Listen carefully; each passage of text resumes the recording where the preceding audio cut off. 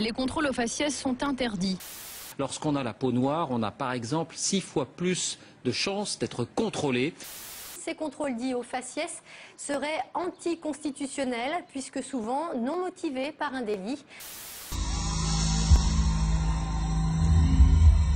Le contrôle d'identité répond à des prescriptions du Code de procédure pénale, l'article 78, tout un tas d'articles du Code de procédure pénale, mais notamment l'article 78.2, qui me permet, au travers de mes fonctions de policier, de recourir à un contrôle d'identité sur instruction du procureur de la République, sur instruction du préfet, sur instruction d'autorités judiciaires ou administratives, et donc de contrôler. Mais je peux d'initiative vous contrôler si vous êtes susceptible, toujours pareil, de commettre ou d'avoir commis une infraction.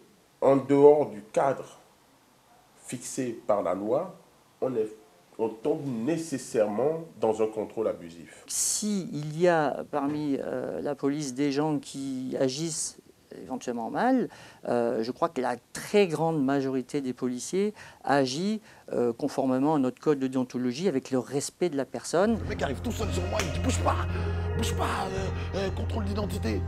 Et je le regarde, je dis ouais. Et pourquoi? C'est pour ça que quand on voit la police, même si on n'a rien à voir, on court. On se retrouve à avoir peur des autorités au lieu de se sentir protégé par les autorités. Le contrôle aux faciès existe bel et bien et nous, notre but, c'est de le combattre au même titre que toutes les formes de racisme qui empêchent l'évolution des choses. D'après une étude du CNRS, les contrôles d'identité sont principalement subis par ceux qui sont perçus comme jeunes, 11 fois plus, noirs, 6 fois plus que les blancs, et arabes, 8 fois plus. La police concentre ses contrôles sur une population qui est une population d'hommes jeunes, habillés de manière jeune, hip-hop et autres,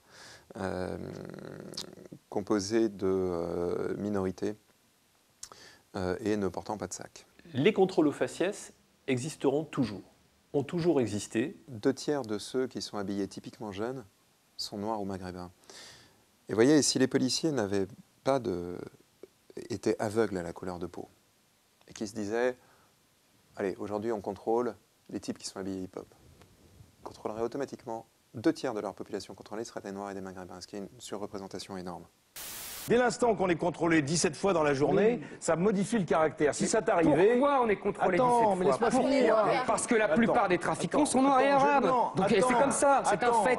Des individus ne peuvent pas être contrôlés plus que d'autres parce qu'ils ont une certaine couleur de peau. Dès lors qu'il y a un contrôle, pour moi, c'est comme s'il n'avait plus le droit. Parce qu'à partir du moment où tu contrôles quelqu'un, sans raison, j'ai pas vu en quoi tu m'as fait savoir que j'avais le droit de refuser le contrôle. Si vous refusez un contrôle de police, vous vous exposez à ce qu'on appelle rébellion, parce qu'un agent de police est une personne dépositaire d'autorité publique. L'autorité publique, ça se respecte. Moi, je rentre dans le jeu, je joue le jeu. Je t'en mets mes papiers avant même qu'on me le demande. Je suis déjà en train de chercher mon portefeuille. Il faut simplement accepter de se soumettre à ce principe. Je crois que si on n'a rien à se reprocher, ce n'est pas dérangeant. Bien sûr que ça me dérange.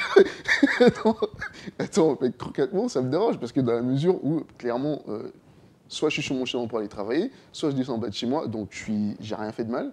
Donc donne-moi une raison pour effectivement tu veuilles fouiller dans mes affaires. Ou me fouiller moi. Donc une vraie raison. Selon l'article 78.2 du Code de la procédure pénale, la police ne peut pas contrôler un individu sans motif ou ordre émanant d'une autorité judiciaire. Le contrôle de routine n'existe pas. Le débat porte aujourd'hui sur le reçu de contrôle d'identité. Je vous contrôle, je vous remets un ticket de contrôle d'identité. Lorsque vous avez un contrôle d'identité, il n'y a aucune trace de ce contrôle. Donc vous ne pouvez même pas prouver que vous vous êtes fait abusivement contrôler ou quoi que ce soit parce qu'il n'y a aucune trace de ce contrôle. Là encore, ce serait un peu, pour être considéré par le policier comme un contrôle supplémentaire de l'activité du policier. Non, je ne pense pas que ce soit forcément une bonne solution. Maintenant, ils devront écrire le procédé qu'ils mettent en place, donc le motiver, dire pourquoi ils ont contrôlé la personne, est-ce que le contrôle s'est bien passé, etc. Donc tout un tas d'éléments objectifs qui vont obliger les policiers à être beaucoup plus efficaces dans leur action et non plus subjectifs. S'il faut en arriver à ce petit système, pourquoi pas, je suis pas opposé, mais je trouverais ça dommage.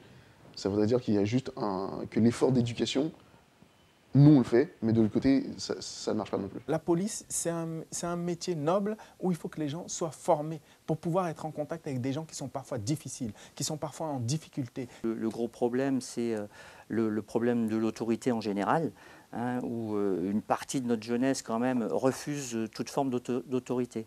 Que cela soit bien clair, on n'a aucun problème avec la police et d'ailleurs on est prêt et on travaille déjà avec certains membres de la police, des syndicats, etc. et on est prêt à le faire encore plus. Si ce n'est pas la police qui fait un pas en avant dans la conception de la sécurité, ce ne sont pas les citoyens qui ont les moyens de le faire. Si on évite les débats de fond, rien ne pourra changer et nous on est prêt à assumer ces débats de fond. Et là, on avancera notamment dans les meilleures relations police-citoyen.